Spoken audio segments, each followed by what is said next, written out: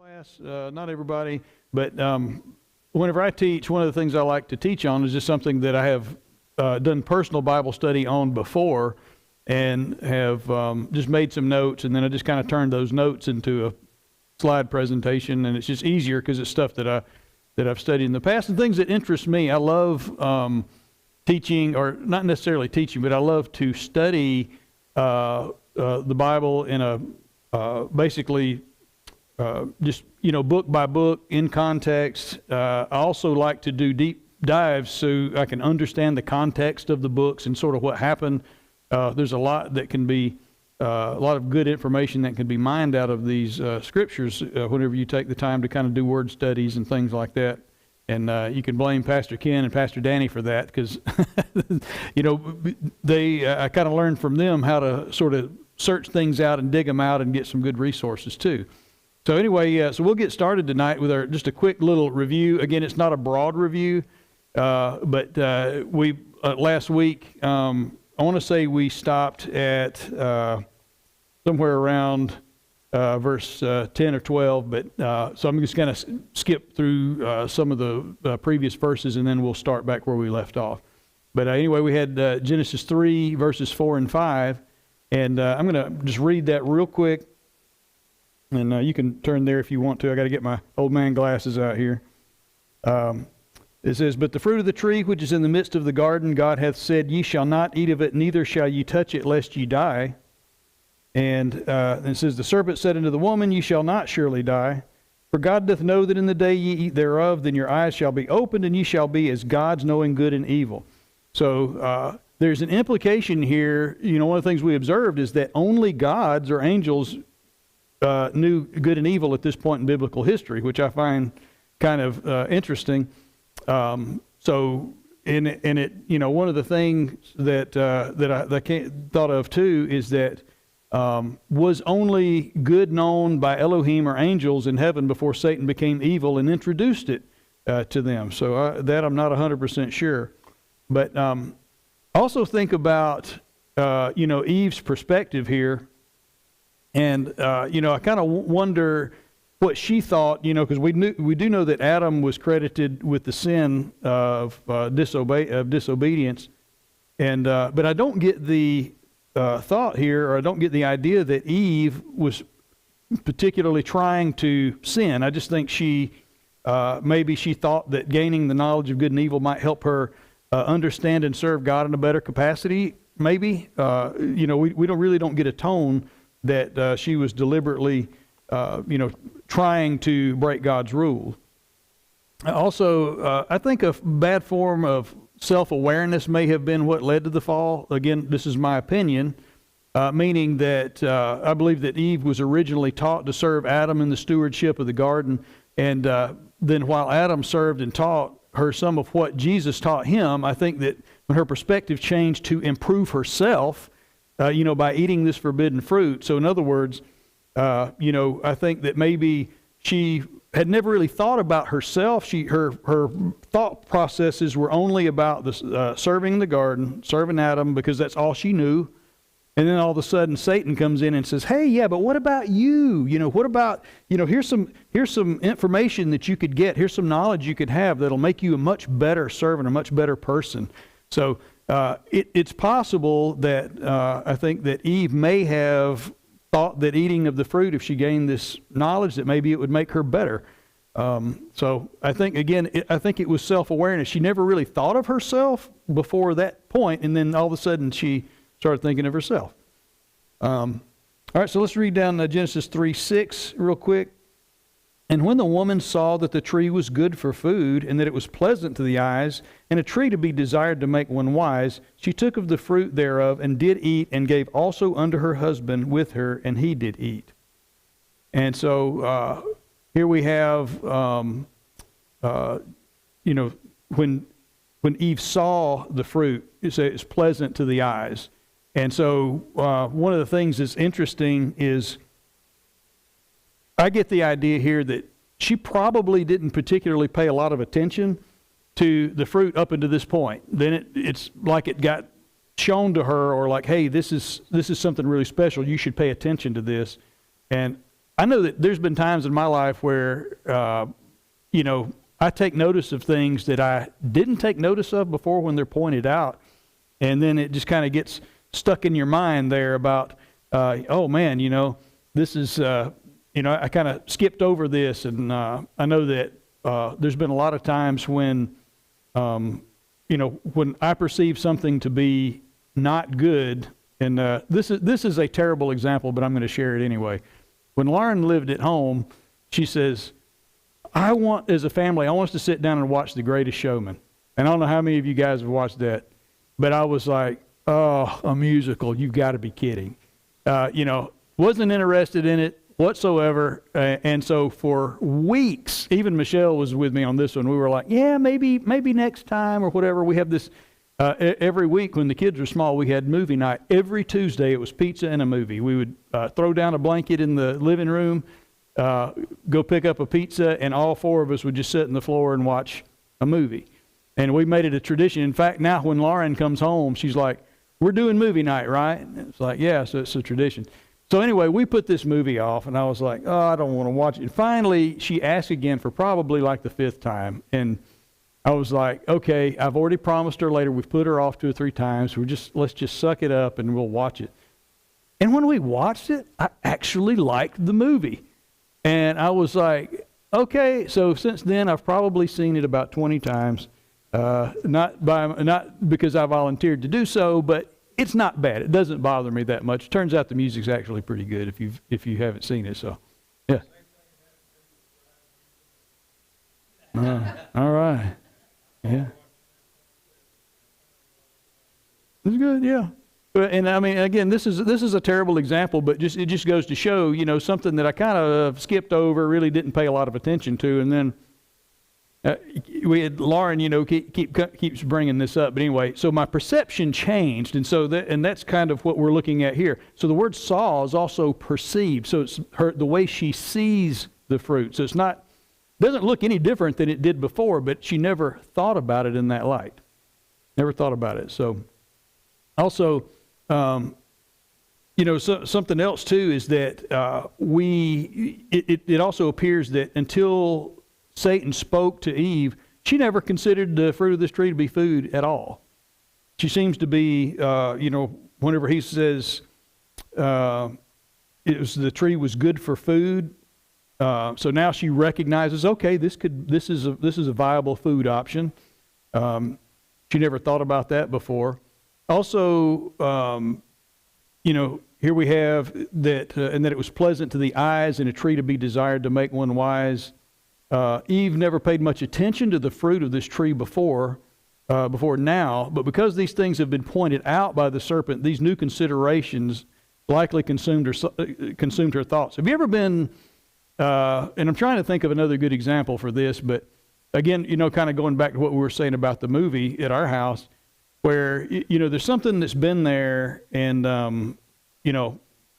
that you've walked by 1,000 times, and there was some information about it that you didn't know, and somebody tells you, I want to say, trying to think of a good example. I know that at our house, if there's anything, especially when the kids were little. Here's a good example. When I was a kid, my dad had this ceramic squirrel. It sounds so stupid, but I'm going to tell it anyway. This dumb-looking ceramic squirrel that stayed on a shelf in his office forever. And I remember I looked at that thing 100 times, and I just thought, okay, he just got weird decor choices, okay, not a big deal. Until one day, my mother just happened to be talking, and she was like, yeah, we've got this antique that belonged to your great-grandmother, and it came from this weird location somewhere, and she preserved it and brought it over here. And it turns out it was that squirrel. And I was like, I'd looked at that thing. If I'd looked at it once, I'd probably looked at it 500 times, never thought about it. And then all of a sudden, I couldn't quit thinking about it. I was like, man, I want to go back and look at it again, take a second look. And so once she told me that, it just started to, I started thinking about that dumb squirrel in my dad's office. And I think it's a similar situation. She's been by this tree 100 times, and she knows kind of what the perceived rules are. And then it's been presented to her, hey, there's something really special here, and you're missing out on this. And, it had to just maybe consume her mind a little bit.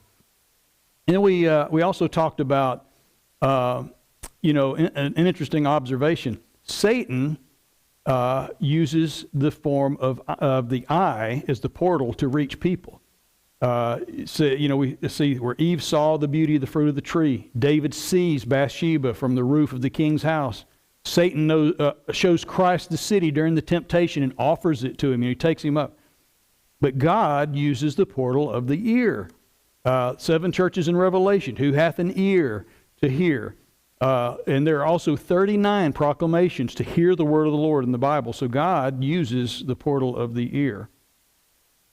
All right, so let's, I'm going to keep reading down here, and let's see, we're going to go, I think I've already read verses 6, but let's see here. So next we're going to go to, so when the woman saw a tree to be desired to make one wise. So now we talked about perception, and Eve now perceives this tree to be valuable in a new way that she had never considered, basically changes what she believes about this fruit. And so it's, Satan subtly changed Eve's mind and her perception of this tree by, convincing her that it contains an instant remedy for her to acquire a new form of knowledge of God, and that she should desire it. So he's basically telling her, hey, you should want this. And this is important because prior to this, like we said, prior to this, Eve never really considered a whole lot about the fruit other than the basic rule that she'd been told about it. So also, one of the things too to point out here is that, and I think we may end up going back over that again too. But where did Eve learn the rule of the garden from? You can speak up. Where'd she learn it from? From Adam. So Adam, it's starting to be clear that Adam gave her some bad information, or rather than, this actually fits into what pastors talked about on Wednesday night, where Adam added, I think, this is my opinion, I think Adam added, it just seemed easier for him to protect her and say, hey, just don't touch it. We're not supposed to eat of it, just don't touch it. And so I don't think Eve made that up. I think that's what she was told by Adam. So, it was his job as the leader in that relationship, and the leader inside the garden, or the manager, the overseer. I think he just gave her an extra piece of information to protect her, keep her away from it, and it came back and it ended up coming back to bite him in the end.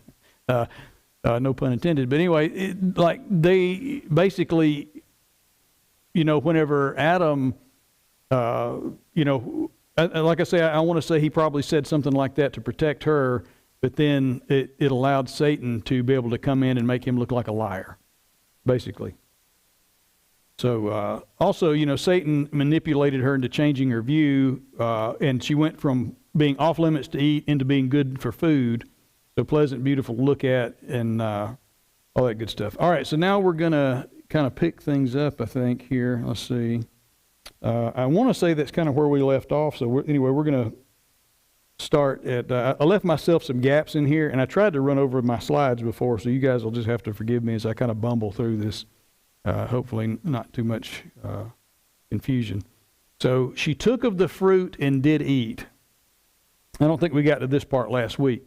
So in verse 3:6, Eve is not the one credited with the original sin, even though she is who broke the law first. Which, again, I think is interesting and part of kind of what we were just talking about. In fact, in 1 Timothy 2:14, it said, Adam was not deceived, but the woman being deceived was in the transgression. So she is credited with sin, just that not credited with the original sin. So I think, again, I think it's possible that Eve's intent was pure overall, even though it broke God's law. But we're told in 1 Timothy 2:14 that Eve's sin was being deceived, and this is what put her in the transgression, as the verse says.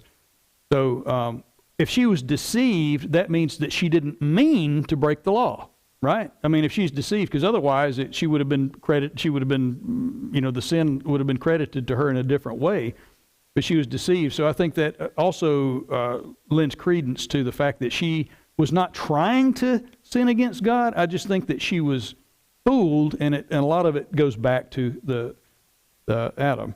So, and if Eve was in the transgression, it's 2 Timothy 2:14 says, then she sinned first. Why is Adam still charged with the original sin? So we'll find out here in just a minute. So Adam is definitely credited with the original sin and not the woman. So even though she is the one who initiated this original sin and was the first one to take a bite of the fruit,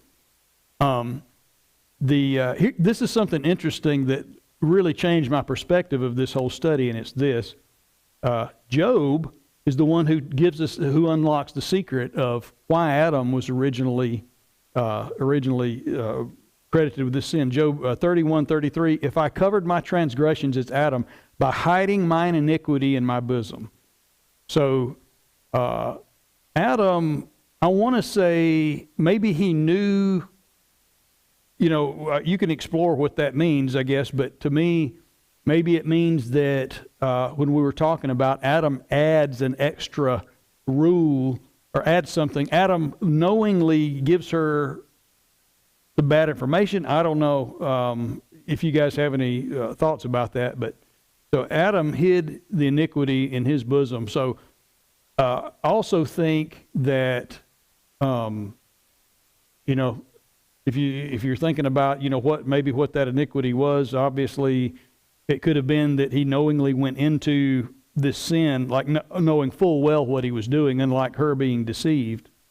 But I think it also goes back to him being the leader, number one, and two, I think he did it knowing what the consequences are, 100%. And we'll actually explore that a little bit here in just a minute. So going back to the 3:6. So looking at that, she took of the fruit and did eat. And Eve is not the one credited with the original sin, even though she is who broke the law first. And of course, like we said, let me go back through this. But then she gave also to her husband, and he did eat. So, so now we're going to start thinking about this a little bit. Why would Adam eat not being deceived? Because we know he wasn't. The Bible tells us that. Let's see here. We'll keep going. So, why did Adam eat of the fruit offered to him by his wife? So we just read how Adam was not deceived. He made an intentional choice. I think that Adam willingly ate of the fruit because Eve had already eaten of the forbidden tree and broken God's one law of the garden.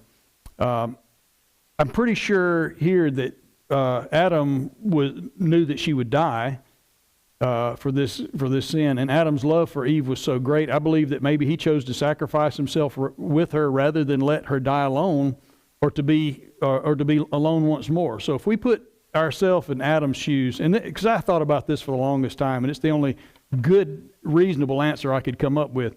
Adam had been in the garden alone for quite a while prior to Eve being there. Jesus was present there, but I doubt. I don't know that Jesus didn't live in the garden with him. I think Jesus came, spent time with him, discipled him, and then and he was alone. And I really just in my heart really feel like Adam's love for her was so great that he was just like, well, if she's going to die, then I might as well go too, or I might as well go through this experience with her, and be better than being alone. So I don't know that that's true. So that's just simply an opinion. If you guys have another thought on that, that would be good to hear.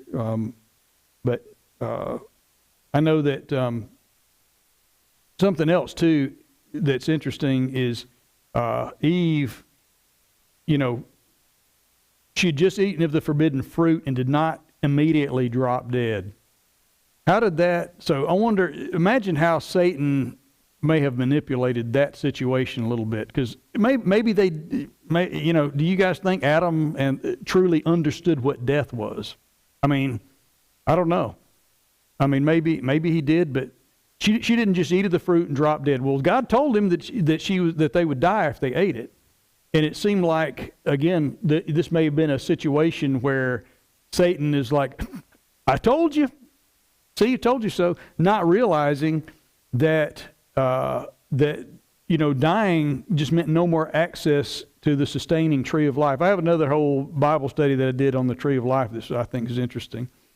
And we won't get to anything anywhere near it tonight, but I'm going to sidestep and tell you there's lots of textual proof that really the tree of life was the key to how they survived, the key to how they were renewed. And that's why they had access to it. I also think, I mentioned last week about why was a cherubim put at the entrance of the gate? To keep people out. If you're just keeping people out, then you don't need a cherubim. Cherubim is a super angel. It is like it is the quintessential special forces of the angel world. I mean, you don't mess with them. They know what they're doing. They're the strongest and most. Satan, Lucifer was a cherubim. So I think based on some studies that I've done, is one of the reasons is that they were guarding the way to the tree of life. Now the tree of life is no longer here, but we're going to see it again. It's brought back up in the book of Revelation. So the tree of life is an essential piece to this puzzle, and we don't really know in full what it is. All we know is that it gets brought back. It was here, and then God took it away, and then we're going to get it back. So I believe that the tree of life was the key to their sustainability, and without being able to eat from the tree of life, third law of thermodynamics happened, or second law, or whatever it is, where age happens, degradation is a thing, time affects the body, all those things where things start wearing out is basically what it boils down to. And I think the tree of life really helped, at least in the human part of it. Now, the curse affected everything. It didn't just affect the tree and all that kind of stuff. Obviously, the earth itself was cursed. God cursed the ground, and it just went covered a lot of different places. But that's what I think. But I think, if you think about it from their perspective at the time, I wonder if Adam thought, well, maybe. So you could see this situation. He's there, and he's like,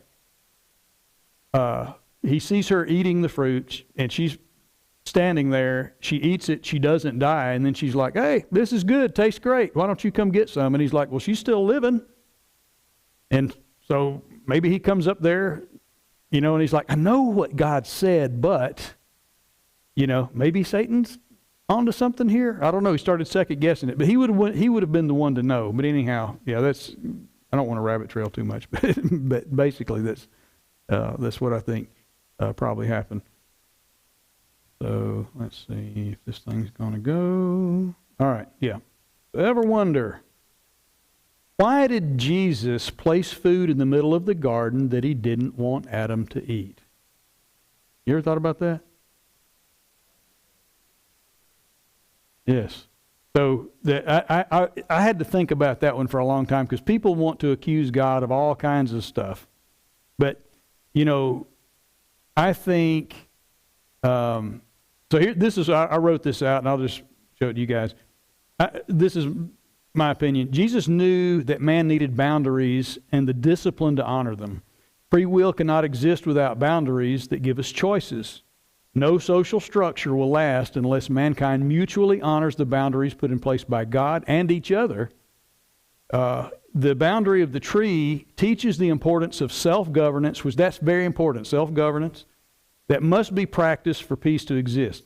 The fall was a result of rejecting God by ignoring the responsibility of self-governance. The sin of pride and selfishness is grounded in violating spiritual, personal, and social boundaries. What better way for mankind to understand the need of pure self-governance in order for free will to exist in harmony with God and our fellow man? Think about this. When we're in heaven, when we're in eternity, how important is self-governance going to be? It's imminent. You have to abide by the rules that God has placed. And I hate to think of them as rules. I really think of them more as boundaries. But still, at the end of the day, you have, you're putting others before yourself. You're respecting. In other words, to live in peace, if my intentions for you are the best that they can be, and your intentions for me are the best that they can be, and then we honor the boundaries that we set, there's no war. You know, this is what I think. This is the eternity that Jesus has for us. You know, where peace reigns. But unless internally for free, and here's the thing, this is required for free will. You have to look inside yourself and go, okay, here's a boundary, I need to respect that. Here's a boundary, I need to respect that. And obviously there's nuances to this, and I mostly mean this for eternity, whenever we're under the righteous rule of Jesus Christ. But it's important that, you know, you being able to govern yourself and have the discipline to do so in order for eternity. You know, and here's the thing. It is the most basic of principles, yet it will be the key to living with God in eternity. The purpose was demonstrating obedience and honoring God's boundaries. So demonstrating obedience, again, is self-governance, where you understand that you have a righteous leader who has these boundaries, and you honor them within yourself, and you choose to do so. That's the free will part of this thing. So anyway, fully believe that the purpose of that tree, and because, you know, also another point to it is there could have been a lot of rules. God could have said, do this, don't do that, don't do that. He didn't. There was one rule. One rule. That was all that was in the garden. Don't eat that. He didn't say don't touch it. He didn't say any of that. There was one simple rule that allowed free will to exist inside the garden, and that was it. So anyway, so let's keep reading verse number 7.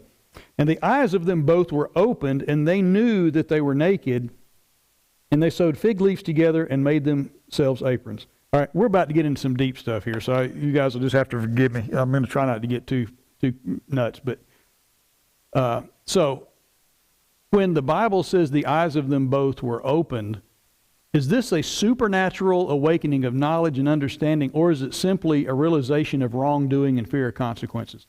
Because you could, and I've seen arguments for both sides of this. I don't really have an opinion because I have no clue, but I just think it's interesting. Some people believe that they knew what they knew. They take a bite of this fruit, and then all of a sudden, fairy dust falls on them, and they magically know something they didn't know before. Other people, including Pastor Danny, I talked to him about this too, by the way, believe that it was, they never, like I was saying with Eve, where there was some certain things that she never thought about before, but then all of a sudden this rule gets broken, and then they're like, oh wow, we just broke a rule, and they suddenly understood what wrong was because they broke the rule. And so I don't know which one it is. I have no clue. There's good cases for both if you read some opinions on them. Anyway, it was just kind of wild. I thought about it. Like I said, I don't really have an opinion. I think there's cases for both. It really doesn't matter. It's inconsequential. The bottom line is they broke God's boundary. So the next thing here, it says, and they knew that they were naked and sewed fig leaves together and made themselves aprons. So I'm going to, like I say, without getting too wild here, some Bible scholars, and actually some very good ones, believe that Adam and Eve in their before sin bodies may have been clothed in light or something like that. And the reason they believe that is because Satan, I keep saying Satan, but Lucifer was clothed in light. Remember what happened with Moses whenever he asked if he could see the Lord? God had to hide him in the cleft of the rock. He was so bright. If he had seen God's face, he would just burned him alive probably. I don't know. Who knows what would have happened. But it is believed that this light disappeared that clothed them. Because imagine, you're not naked. And then, all of a sudden you are naked. That makes sense for what Adam is saying here, where he says, that they knew that suddenly they knew they were naked. Or it was it's presented that way, that it could be that way. And it would make sense because, I'm not saying that is what happened, but again, I've read some interesting commentaries on that from people that really believe that because we see other biblical characters that were clothed in light, there's no reason to believe in their perfect sinless bodies. Maybe they were. I don't know. So here is, something that I skipped over before whenever we were reading the first part of that is the word opened, or pakwa in Hebrew, according to Strong's H6491. I got to make you guys think I'm smart, so I give you my Strong's reference. It means to be observant. So what I was making the point there is that when it says both their eyes was open, it just meant they went from observing one thing to observing another. So I don't really know what that means, other than the fact that they were either supernaturally made aware of something or a realization came upon them. And basically Adam and Eve, simply put, they understood something then that they did not they understood something that they did not understand until now. That's another way of putting it. Also, to make our little point here, it says that they knew they were naked or uncovered.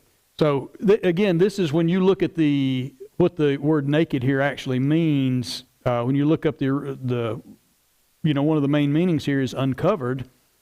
So now all of a sudden they knew they were uncovered. Again, going back to the before sin bodies possibly being clothed in light. But it's like when they sinned, that light or perfect covering faded out or ceased to exist. Also, I put some notes in here. Who all was clothed in light? Jesus was. Mount of Transfiguration. Lucifer. Many angels that are named. So and I know that there's probably other instances around, but besides this one. So this is one of the things that's interesting too about this part about being naked or covered. Going back to, we'll hit this third point here. They sewed fig leaves together and made themselves aprons. How often do we try to cover our own problems with fig leaves? Because I'm going to tell you what, there has been so many times I have messed up and wanted to try to fix it myself or try to cover it up or do something else. And I think this is, one of the guys that I read a lot actually says, this is man's first attempt at religion. Covering, basically just using something to cover himself. What he is Adam tries to make things right, or tries to right a wrong here by covering himself. I don't know if you want to look at it that way. But anyway, it's kind of funny, and that's why I kind of threw this in here. But something to note too is it says they sewed fig leaves together. So something else too is you see these pictures, and it's got Adam walking around with his little loincloth, And by the way, fig leaves are huge. If you've ever seen them, I mean, they're like this big. They're humongous. But it says they sewed them together. So what that means is Adam had a fig leaf suit. So I mean, when you sew fig leaves together, that covers a lot of stuff. I'm just telling you. So I mean, he had full covering. These pictures where they just have a leaf over, where the sun don't shine and all that kind of stuff. Not true, because the Bible tells us they sewed them together, and they're humongous. Man, those things are like this big. So they had a full outfit. So who knew that Adam could sew? Anyway, that's another whole little funny joke right there. Adam being able to sew. But anyway, so they I just thought that was funny. All right, let's keep going. Verses 8. And it says, and they heard the voice of the Lord God walking in the garden in the cool of the day, and Adam and his wife hid themselves from the presence of the Lord God amongst the trees of the garden. So, this would have been, if your interactions with Jesus, how many times in the Bible do we see recorded that Jesus lost his cool? Does anybody know how many times? Because I can only think of one. I can only think of one where he just went grizzly. Yeah, he went full grizzly bear.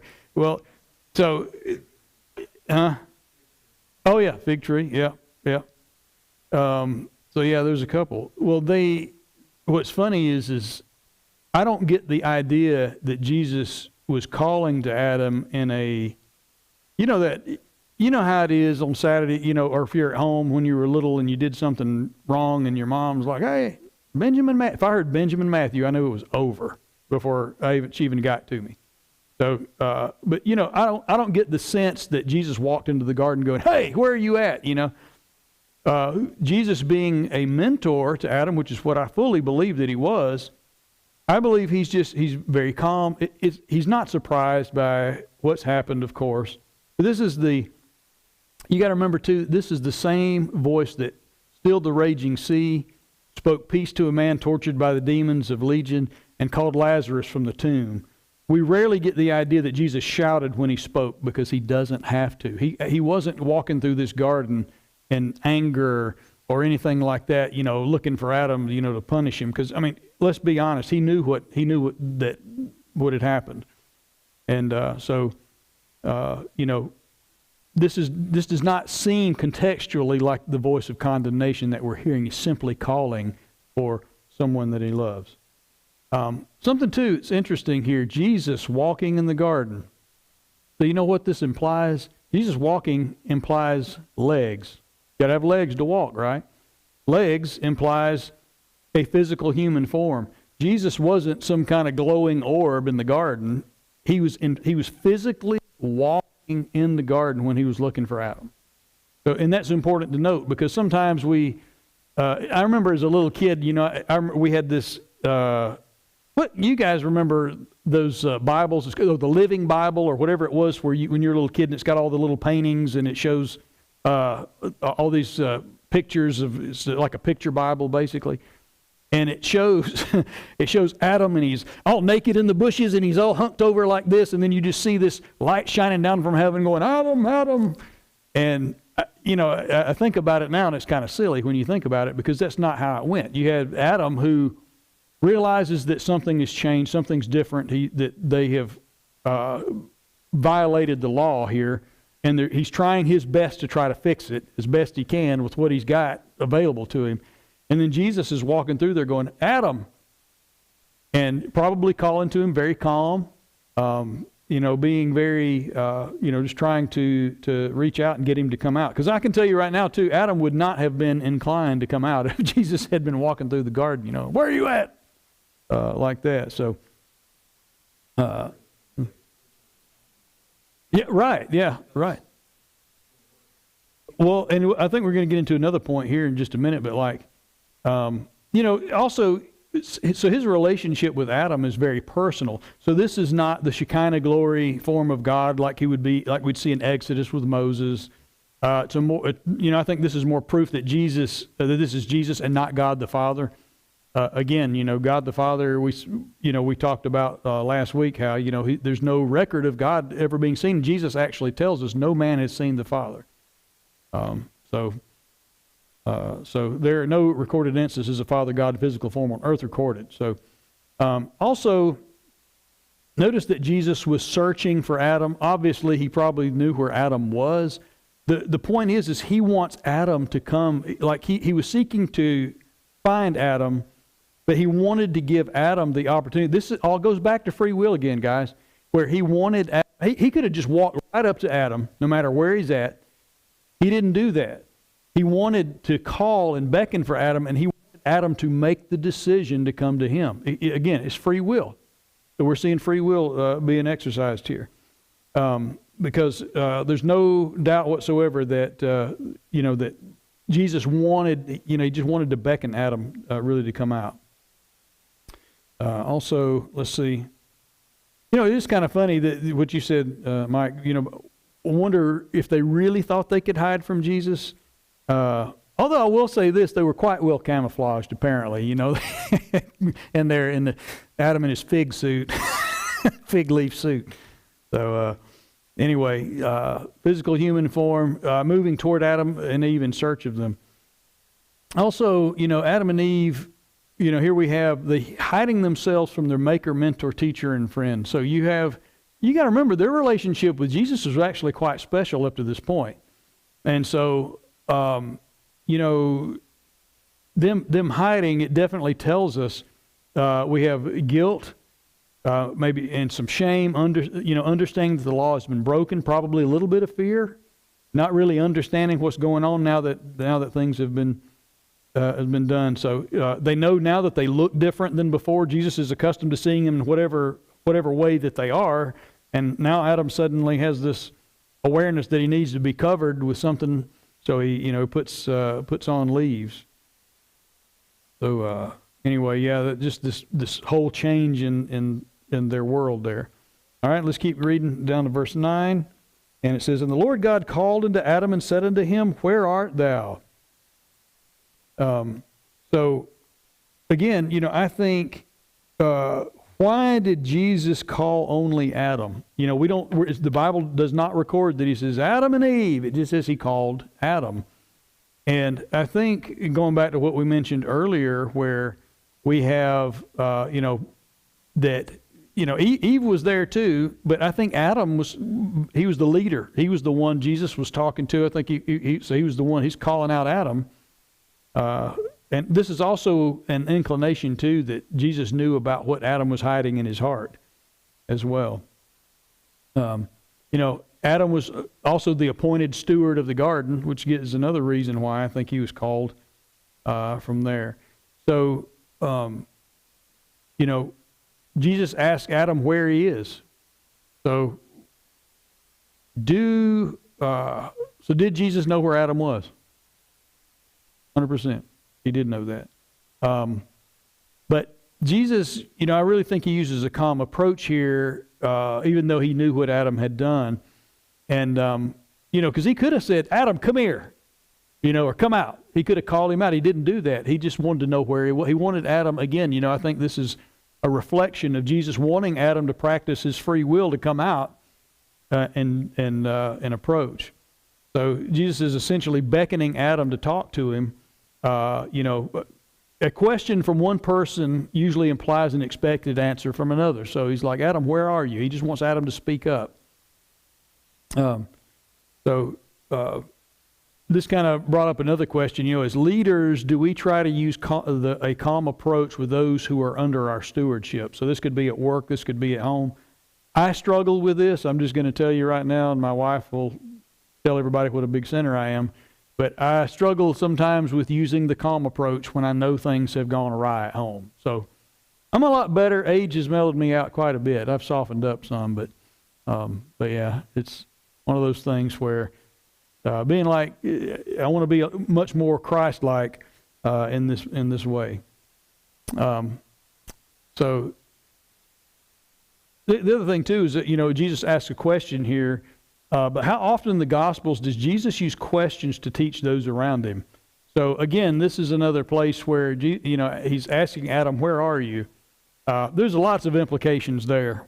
Where was Adam mentally? Where was Adam physically? Where was he at in his realization of his doing wrong? So you could really explore that. Obviously, I think he just means his location, but and again, just trying to get him to talk. But that's good. But also, Jesus often asks that of us. Where are you in your relationship with Christ? Because I remember the reason I put that in there is because I was reading this and I'd kind of put my Bible down. I'd got up to go do something and I came back and I was reading it again. And it's like, Adam, where are you? And I remember thinking, man, Matt, where are you? And, it just caused me to pause for a second and think, where am I? Where am I at spiritually? And so I think he asked us that of him as well. All right, let's keep going. Verses 10. I don't know how far we'll get. We'll get as far as we can. And he said, I heard thy voice in the garden, and I was afraid because I was naked, and I hid myself. So here, Jesus, or Adam hears Jesus calling, but admits that he was afraid because he is naked. So we definitely get the idea that Adam didn't come out immediately, but then eventually did.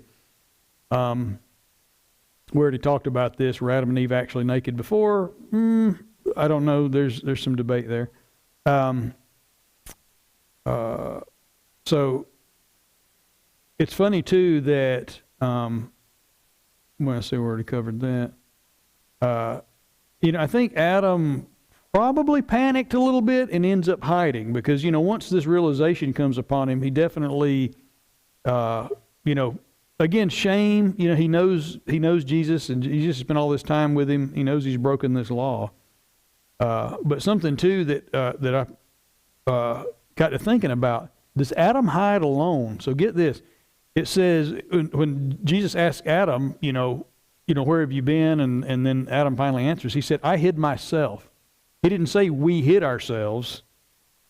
So there's no reason to think that everybody was all grouped together. This conversation that we will see with Adam and with Eve and then with the serpent, also known as Satan, these conversations were not necessarily had where he has this conference and he goes, okay, you and you. That was my mom, whenever me and my sister would have a fight, it's like, all right, everybody in the room, come on.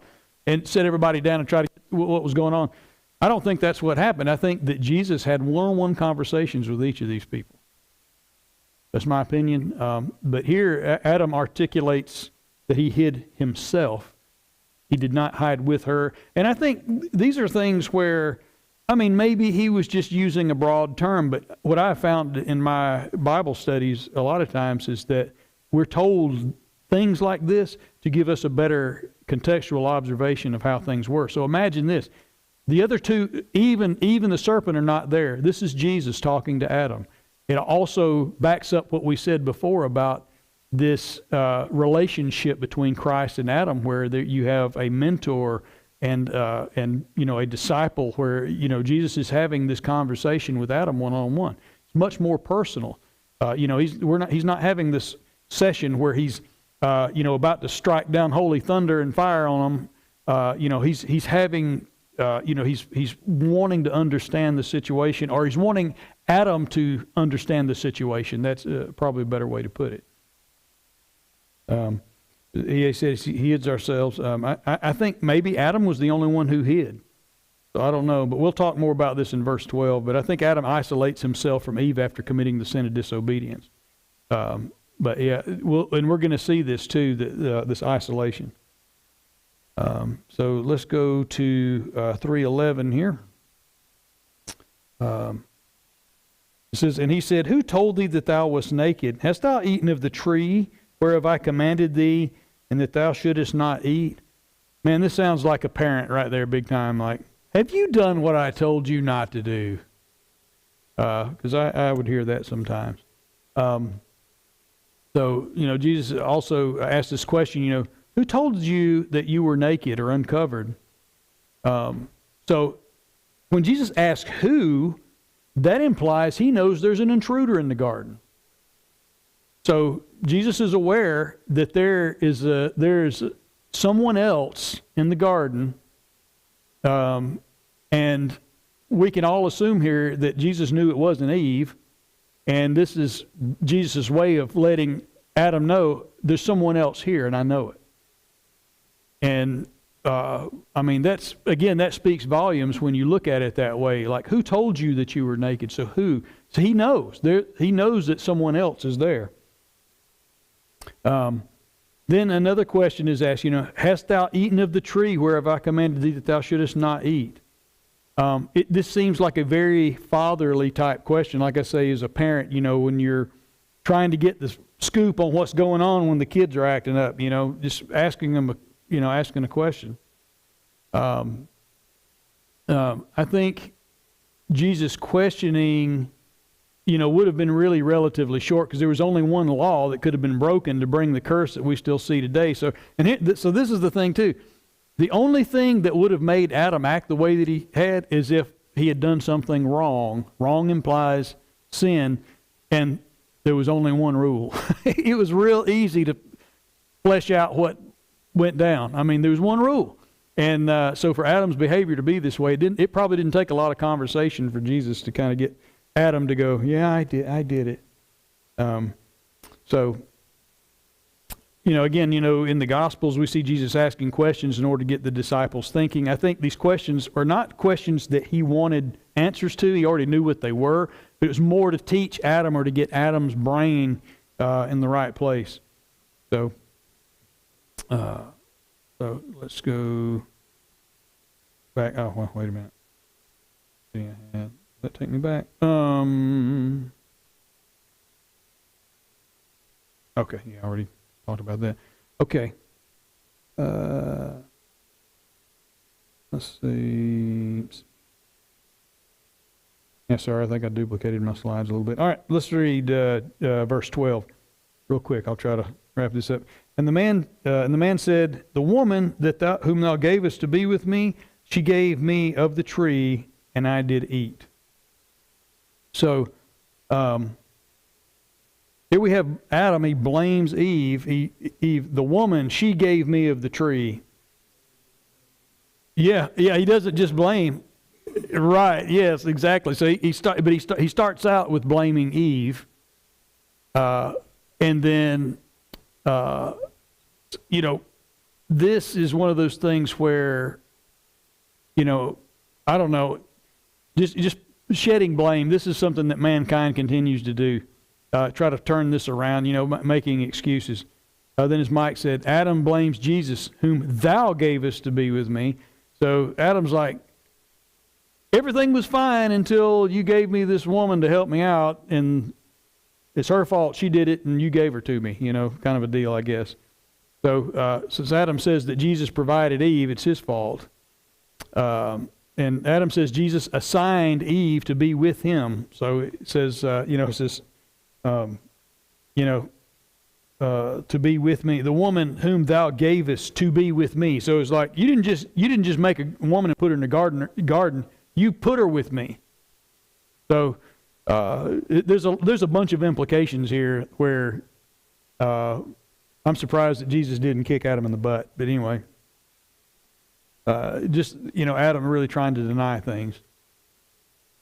Then we have, here's the thing too. We have this, what I call the sassy Adam, trying to kind of bite back, I guess, against Jesus. But this is the same Adam in Genesis 2:19 that we saw. Jesus lovingly brought every beast created to see what Adam would call them. So Jesus loved Adam so much, and he wanted to spend time with him, that he would bring things. I mean, Jesus could have named all this stuff so easy. He probably already had names, But he just wanted to see. He wanted Adam's, again, practice of free will here. He wanted to see what Adam would call him, so he brings them. And we're not just talking about one creature, but there were several. So this is a relationship. This is something that happened. And now we see Adam, in fear, starts to blame Eve, and then he blames God. And again, this is where I really, truly feel that Adam, Adam would, be isolated. I think he isolated himself. I don't see this kind of conversation happening. I mean, well, he's a real jerk. I can tell you that right now. If she was standing right there and they're right there in front of Jesus, and he's like, she did it, which maybe it did happen that way. I don't think it did. I think this is a very personal meeting or a personal interaction with just Adam and Jesus. But I remember, I was talking about my own issues and stuff, through the years. But I'm going to tell you what, early in my marriage, I used to blame Michelle for provoking me all the time. And I'm just being straight with you right here. There were times that I would say, if I'm mad or I'm stomping around the house or I'm acting up, it's your fault because you provoked me. You shouldn't have provoked me. And I want to tell you something. That is the dumbest and the lamest excuse that a man could ever use, because at the end of the day, we control how we react. And in fact, my dad used to say, you can't control I can't control how she reacts, but I can control how I react. And that's 100% true. And when I swallowed that bitter, sour, painful pill, it made things so much better, because I cannot blame her for how I act. So, but I kind of get where Adam's coming from, just from personal experience, if I'm being honest. So also, to my point about, Adam having this, one-on-one interaction. Anyway, yeah, so before I get there, Adam finally admits he ate of the tree that he was told not to eat. So he does finally own it, but only after he blames everybody else, again, which is another thing here. So we're not told that Adam and Eve are together when Jesus speaks to each of them. It's possible that what we read in the verse that Adam hid alone, which we already covered. But throughout the Bible, most conversational, person-to-person interactions with God are done one-on-one, not in the presence of others. This is particularly true in the Old Testament, which this is that. For instance, Cain, Abraham, Jacob, Moses, and Job, God had personal interactions with them one-on-one. And we don't see where there's anybody around when these things are going on. And with this being early on, I can't help but believe this is also one of those things where Jesus is talking to Adam one-on-one when he's asking him these questions. So that's all I've got. So anyway, something real quick. I can do this in 3 minutes. This goes back to the earlier study that I did a couple of years ago. What I want to do is show you guys this, where the location of Eve is. I have a whole nother thing on this, which is very fascinating. And there's two proposed locations, but I can tell you, Eve, and I think I can make a really good point for it. So there are two locations. One of them is up here in the north somewhere, and the second one's right here at the tip of the Persian Gulf. 100%, I can just about guarantee you it is right here at the tip of the Persian Gulf where the four rivers come together. This river, the Pishon River, it no longer exists. It's not there. But there are traces of it, and in fact, if you just want to kill some time at some point, let's see if I can make it through all these real quick. There it is, Eden's Lost River. This guy right here, it's called Expedition Bible. Highly recommend. I don't know if you guys have ever watched him, but I've been watching a lot of his stuff, and he's very. What I like about him, he's kind of old school. Some of these younger Bible archaeologists, they do what I call hyping, and they kind of over exaggerate certain things. What I like about him, it's facts. I mean, he's going to take you to locations. He shows you on the maps. He uses a lot of really good old historic documents to point things out, and he mostly uses the Bible, which I think is very interesting. He shows where the Bible gives these locations at, but Eden's Lost River, I think he makes an extremely strong case of where the actual location of Eden was. And just to give you a little clue, little snippet here, or whatever, it is actually a swampland right now. There's so much water down there; it is unbelievable. But as the point that he makes, there are people that actually live at that location right now, but they're basically swamp dwellers. It looks like the Everglades, where you go there, and it's because you have four. Right now, you only have three rivers dumping into this one area, and it is a massive amount of water. And by the way, the Pishon River and all these rivers that they're talking about, this river, when you see him standing and what his car looks like inside of it, this river is easily, I don't know, it's probably three times, at least three times the width of the Alabama River. It is massive. This is a massive river. And so when you think about the conversions of these four rivers, and the Bible's pretty clear about that. The Bible tells us, gives us plenty of static locations of it. And again, it really doesn't matter. Who cares where Eve is, but where the Eden is, the garden thereof. But it's just interesting because it just proves that the Bible is right. Again, as we've seen, through our studies, Bible's 100% right. But anyway, he also has this. I'm going to X out of this and just show you guys something. One video that he's got up here. I'm not going to show it, but it's the sulfur balls of Sodom and Gomorrah. I don't know if you can see that. Oh, it's not transferring over. Anyway, he's got one video where he goes down to where Sodom and Gomorrah is, and there is still burnt human bones, ash, burnt rocks, and all that under the sand down there. And there are sulfur balls. He takes you down to one of the old beaches where the Red Sea has receded, and there are actually unburnt sulfur balls there. And it's fascinating. I mean, it's again, if you don't watch any of his videos, watch that one, because when I watched that one, it blew my mind, because they went down there and he could show you in the river wall where the Red Sea is receded. They walk down in there, and you can actually see they're actually up so high. In some places they're up so high you can't reach them, but pull them out and they pack a bunch of them together and light them on fire, and they camp there for the night. It's phenomenal. So anyway, all right. Well, I hope you guys enjoyed it. Thank you for coming in the rain and the cold and all that. And I'll just close in a word of prayer and we'll get out of here. Lord, thank you so much for just for your word, and just that it's true, Lord. We love you and just appreciate that you have preserved your word so that we can know more about you and also just point people to Jesus Christ. Lord, we pray that you just give us a safe trip home. And again, just be with those who are sick. There are so many in the church. And just provide for them, Lord. Return their health to them so that we can see them again this next Sunday. And we just pray again that you just also bless our Awana kids too. And we just ask these things in Jesus' name. Amen.